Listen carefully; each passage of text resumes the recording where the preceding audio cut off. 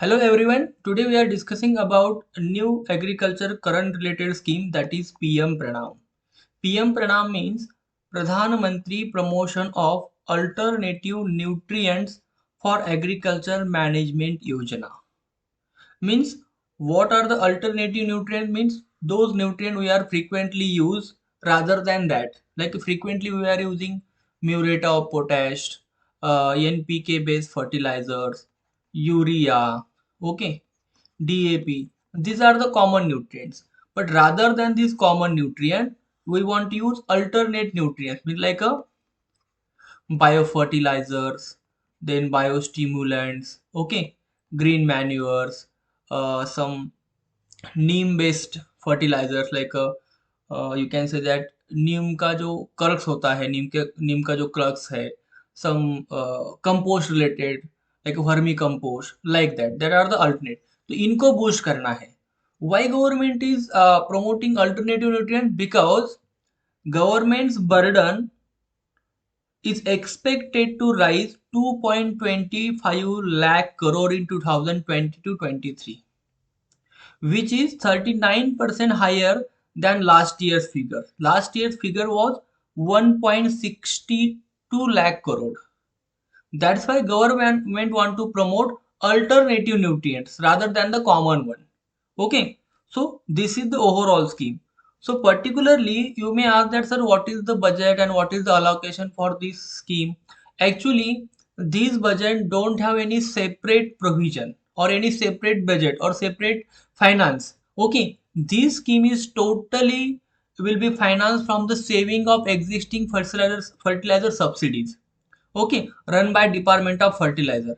Actually, I am telling how it will work. Let's say this is the state of Gujarat, okay, and Gujarat's farmer, let's say they are using 4 crore rupees fertilizers, okay, 4 crore rupees fertilizers every year.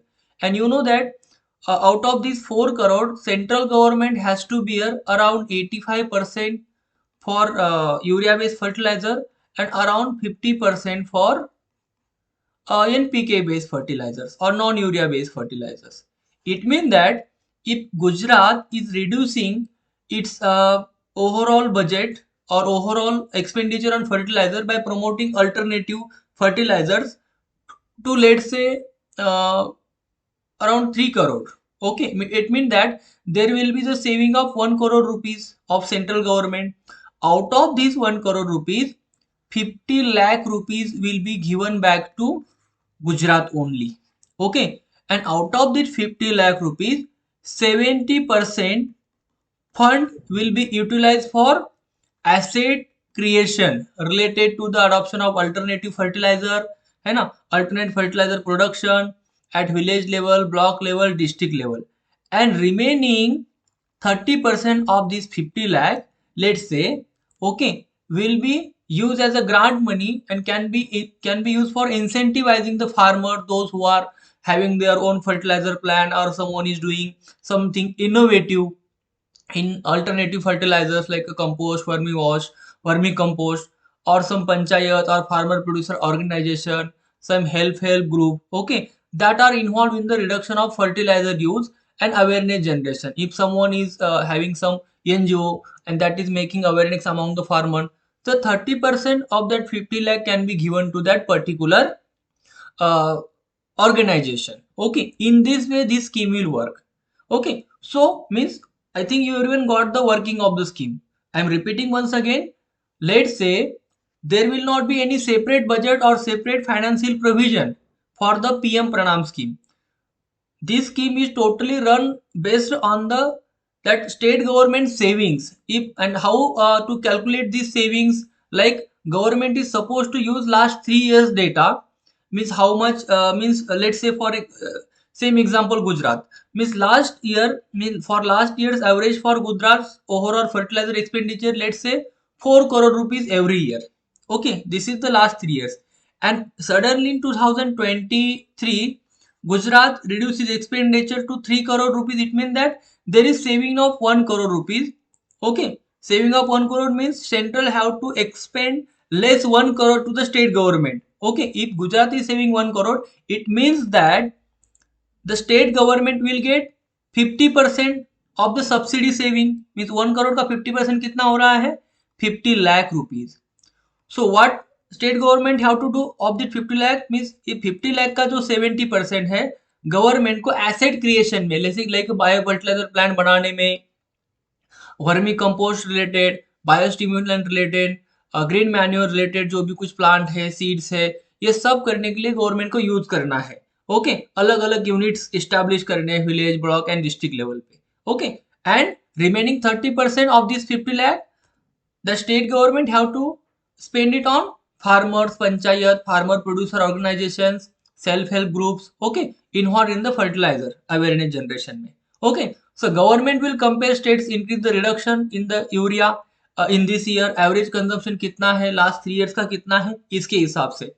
And ये data कहाँ से available होगा बेटा, ये government जो है ना, ministry of का जो फर्टिलाइजर मिनिस्ट्री का एक डैशबोर्ड होता है, इंटीग्रेटेड फर्टिलाइजर मैनेजमेंट सिस्टम वाला. ओके, वहां पर जो डेटा अवेलेबल है लास्ट 3 ईयर का, उसी का एवरेज बना के उसको कंपेयर करेंगे लास्ट 3 ईयर के साथ करंट ईयर का, और on that basis government will incentivise.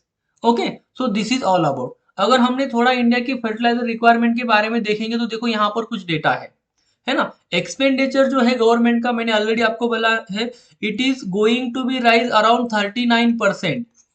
Okay, as compared to 2020 data. When you are comparing with 2022, let's say it was 1.62 lakh crore in 2020-2021 and it is going to be around 2.25 lakh crore in 2022. It means that 39% rise.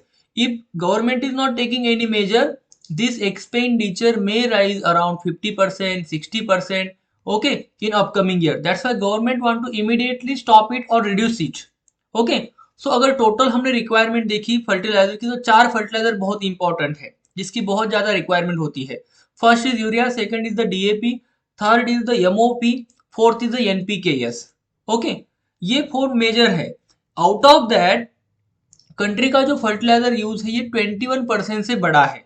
As if you are comparing data of 2017 with 2020, 21, 22 के साथ अगर देखेंगे तो ये कितना बड़ा है बेटा, 21% से बड़ा है ना. यहाँ पर देखो ये 2017 में कितना था, 528 लाख मेट्रिक टन था. अब ये 2021 में बना है 640 लाख मेट्रिक टन. इसका मतलब है we have to take the measures for the reduction of fertiliser use immediately. So maximum increase जो हुआ है that is in the DAP में, है ना. ये अगर 2017 से लेके 22 की बात करेंगे तो यहाँ पर देखिए अराउंड 25.44% इंक्रीज हुआ है डीएपी में. ओके, इट वेंट फ्रॉम, देखो यहाँ पर 98.77 लाख मेट्रिक टन था 17 में, जो कि अब हुआ है 123.9 ओके लाख मेट्रिक टन हुआ है. ओके, यूरिया ये मोस्ट यूज फर्टिलाइजर है जिसके हम रिकमेंडेड देखें तो ये भी, इसका भी परसेंटेज बड़ा है 19.64% से. पर ओवरऑल परसेंटेज के हिसाब से देखेंगे तो डीएपी ज्यादा यूज हो रहा है. ओवरऑल अगर मास के हिसाब से देखेंगे तो urea is the largest use fertiliser. Diagram से आपको पता चल सकता है. देखो this blue is of data, ये 2017 का है, जो ऑरेंज में दिया है इट्स ऑफ 2021-22 का है. तो यहाँ पे देखो 17 में 5.28 लाख मेट्रिक टन यूज हो रहा था. अब 2021 में 640.27 लाख मेट्रिक टन यूज हो रहा है. यूरिया का देखो यहाँ पे, यूरिया का अगर कंपेरेटिव हम परसेंटेज देखेंगे इंक्रीज में तो 19% इंक्रीज हुआ है 17 एंड 21. यहाँ पे देखो डीएपी का 25% ओवरऑल इंक्रीज हुआ यूज में, 98 था एवरेज में, अब 123 लाख मेट्रिक टन हुआ है ऑन एन एवरेज. ये बाकी का है. यहाँ पर इसका भी देखिए, इसका भी एनपीके का भी एज कंपेरेटिव अच्छा है, ठीक है. इसका थोड़ा सा 0.44 एक्स्ट्रा है, लेकिन इसका भी बहुत ज्यादा यूज बढ़ रहा है. सो अगर ये कंटिन्यू यूज होता रहेगा केमिकल फर्टिलाइजर का, तो इसके निगेटिव इम्पैक्ट हमारे इकोनॉमी पे हो सकते हैं. Okay, because in the race of increasing production farmers are using indiscriminately this fertilisers. So government is thinking to promote other nutrient alternatives. Okay, so government का financial burden भी बढ़ेगा और हमारे पास एक सस्टेनेबल एसेट बनेगा. Okay, that's why government come up with this scheme. तो ये स्कीम के अलावा बहुत सारे गवर्नमेंट ने बहुत सारे इनिशिएटिव्स लाए थे जिसमें फर्टिलाइजर का यूज कम हो, लाइक लिक्विड नैनो यूरिया। अभी ये रिसेंटली लाया है, इसको हम डायरेक्टली स्प्रे कर सकते हैं, है ना। तो ये एक प्लांट को जल्दी एब्सॉर्ब हो जाता है और इसकी ओवरऑल जो एब्सॉर्प्शन क्षमता है, मींस रिजल्ट अच्छे होते हैं इसके। ओके, तो this is one of the. Then direct benefit transfer का भी गवर्नमेंट एक स्कीम लेके आया था, लेकिन वो ज्यादा इंप्लीमेंट नहीं हुआ। उसके बाद में incorporation of the new nutrients, है ना, जैसे कि नैनो यूरिया है, बायोस्टिमुलेंट है, ये फर्टिलाइजर कंट्रोल ऑर्डर है ना, इसने ये दोनों किया था। अगर इसका भी अगर यूज होता है तो जो नॉर्मली फर्टिलाइजर है उसका यूज कम होगा। देन नीम कोटेड यूरिया भी गवर्नमेंट ने लेके आया था, है ना। यहाँ पर भी बहुत सारा क्या होता है, जो रिडक्शन है फर्टिलाइजर की, जो इफिशियंसी बढ़ जाती है। इसका मतलब इफिशियंसी बढ़ेगी तो गवर्नमेंट का जो बर्डन है सब्सिडी का, वो भी कम हो जाएगा। Okay, so in this way PM Pranam जो गवर्नमेंट है, ये स्कीम है which sees the reduction in the use of chemical fertiliser, है ना। तो गवर्नमेंट पे बर्डन कम हो जाएगा। Purpose of scheme is also to line with the government's focus on the promoting balance use of fertiliser that और alternative fertiliser in last few years. बहुत बार गवर्नमेंट का जो मकसद चल रहा है कि डाइवर्सिफाइड होना चाहिए, क्योंकि केमिकल की वजह से बहुत ज्यादा सॉइल की हेल्थ खराब हो रही है, water pollution, air pollution. Okay, so that's why this PM प्रणाम स्कीम जो स्कीम है, ये अच्छे से वर्क करेंगी। ओवरव्यू अगर देखा जाए ये स्कीम का, तो देखो यहाँ पर हमें अल्टरनेटिव न्यूट्रिएंट ज्यादा से ज्यादा मार्केट में लाने हैं। ये अल्टरनेटिव न्यूट्रिएंट के जो ऑप्शंस है ज्यादा लाने के लिए गवर्नमेंट ने कोई स्पेशल यहाँ पे बजट का प्रोविजन नहीं किया है। गवर्नमेंट बस ये कहती है कि स्टेट को मान लो जितना पैसा गवर्नमेंट दे रही है सब्सिडी के फॉर्म में, आप आपकी सब्सिडी थोड़ा रिड्यूस करो, है ना। सब्सिडी आप रिड्यूस करोगे तो जो आपने बचाओगे पैसा, out of that 50% will given you back, है ना। आपको 50% बैक मिलेगा।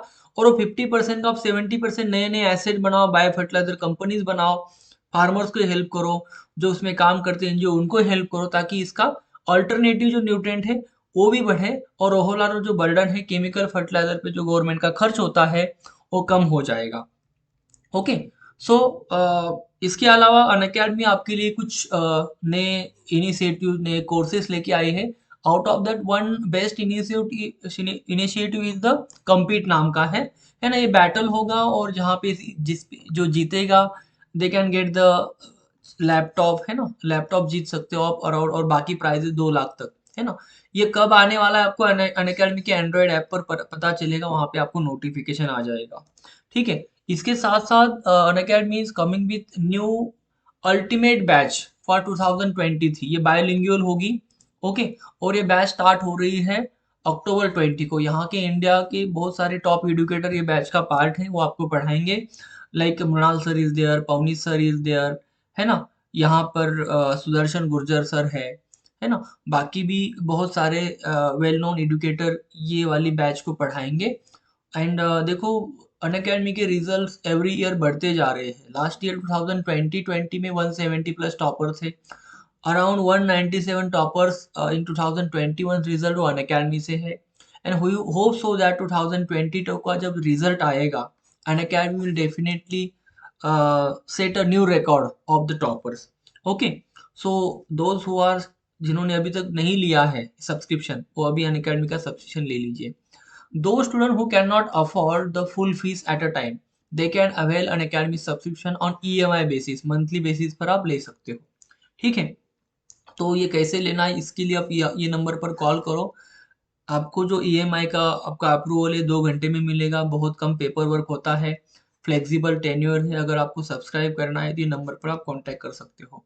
Along with that there will be the Unacademy ultra combat भी होने वाला है, जिसमें आपको 50 क्वेश्चन सॉल्व करने हैं 60 मिनट में। जो मोस्ट ऑफ द करेक्ट लिखेगा, है ना, तो जो 1000 लकी पार्टिसिपेंट्स हो गए, जो टॉप 1000 में आएंगे, उनको अमेजॉन गिफ्ट वाउचर भी मिलेगा, बहुत सारे गैजेट्स मिलेंगे, स्कॉलरशिप मिलेगी।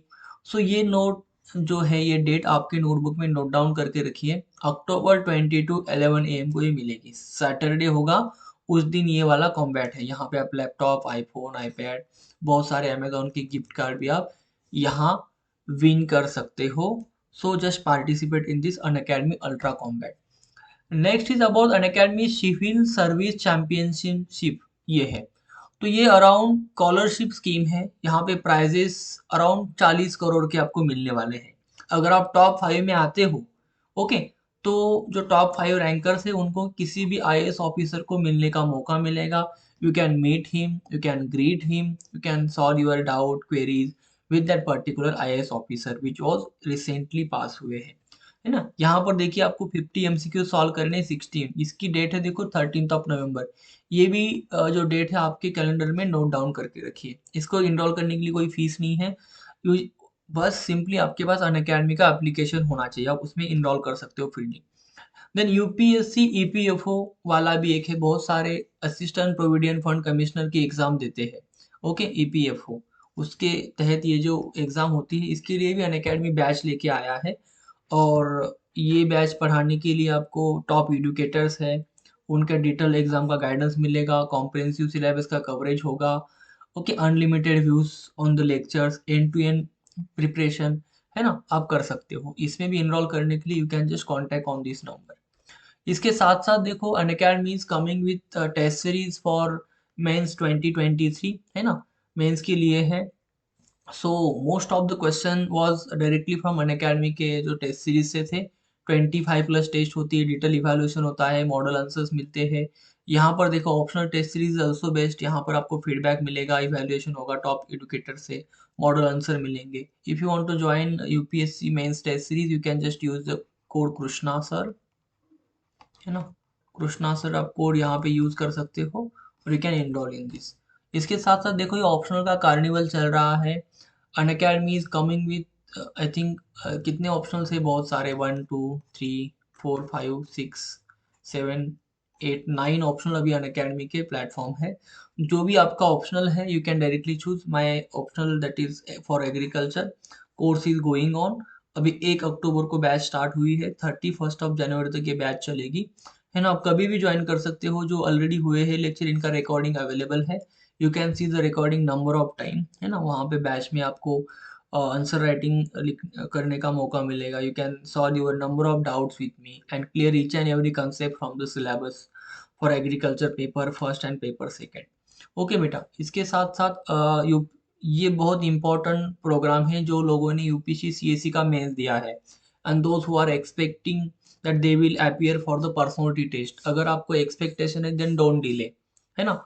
अभी ये वाला लास्ट माइल वाले प्रोग्राम में आप ज्वाइन कीजिए। यहाँ पर आपके डैप का डिटेल एनालिसिस होगा, उस पे सेशंस होगा, मॉक इंटरव्यू सेशंस किए जाएंगे, परफॉर्मेंस इवैल्यूएशन और फीडबैक मिलेगा, interaction session with previous year toppers, है ना, सर्विंग ब्यूरोक्रेट के साथ, then bureaucrat, top educators, professors, है ना, एक्सपर्ट, है ना, जनरल स्टडीज में सब जगह पे यहाँ पर मिलेंगे। बाकी बेनिफिट भी आपको हाई क्वालिटी वीडियोस मिलेंगे इंटरव्यू सेशन के, ताकि आप खुद को सेल्फ एनालिसिस कर पाओगे।